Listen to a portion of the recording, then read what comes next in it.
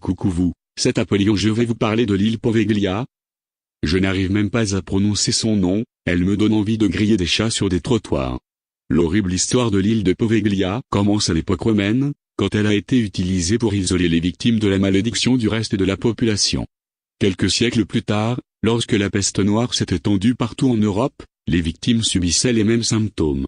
Dans cette île, les morts étaient empilés dans de grands trous, puis enterrés ou brûlés. Tandis que la peste se propageait, la population a commencé à paniquer et ceux qui montraient ne serait-ce que des symptômes mineurs étaient expulsés de leur maison et envoyés sur l'île, criant de terreur. Ils ont ensuite été jetés dans ces trous remplis de corps en décomposition et ont été brûlés vifs. Hommes, femmes, enfants, ils mouraient tous dans l'agonie. Nous avons estimé qu'à cette période plus de 160 000 habitants avaient été transportés sur cette petite île et avaient laissé leur vie peu de temps après. Mais il y a eu plus inquiétant que cela. En 1922, l'île est devenue un hôpital psychiatrique. Des patients ne tardèrent pas à faire savoir qu'ils voyaient les fantômes de ceux morts pendant la peste noire et entendaient des cloches sonner. Ils restaient éveillés tout au long de la nuit pour écouter leurs pleurs et essayer de les apaiser.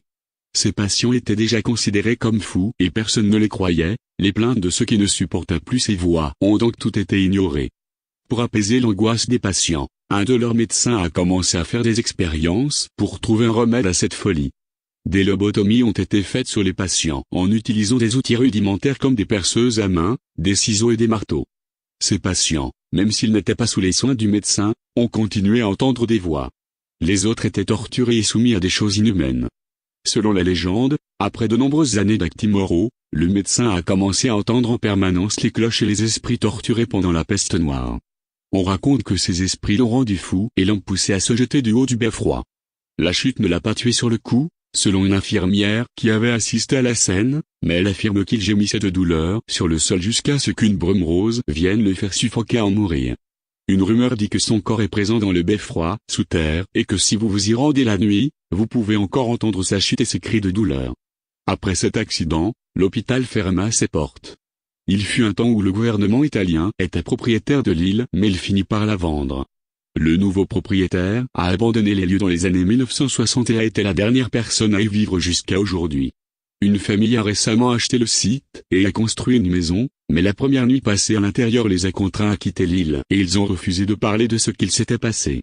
La seule information concrète est que leur fille avait tailladé son visage et avait pour ça reçu 14 points de suture. Aujourd'hui, Poveglia est inhabité et le tourisme y est strictement interdit. Parfois, sur les rivages des plages de la région, on retrouve des os qui étaient normalement enterrés sur l'île. Différents médiums avaient déjà visité l'île illégalement mais tous étaient partis effrayés par ce qu'ils avaient ressenti. Parfois, des aventuriers se cachaient des patrouilles régulières sur l'île pour pouvoir visiter les lieux tranquillement, mais une fois en place pour partir explorer l'endroit, ils changeaient presque tous d'avis, disant que l'atmosphère sur cette île était pesante et glauque. Certains affirmèrent même avoir entendu les cris et les pleurs des torturés, ce qui rendait leur séjour sur l'île insupportable. Un homme qui se disait béni par toute chose a témoigné de sa visite de l'hôpital abandonné sur l'île, disant qu'il avait entendu une voix mystérieuse, venue d'on ne sait où. Elle aurait prononcé ces mots, « Partez et ne revenez jamais ».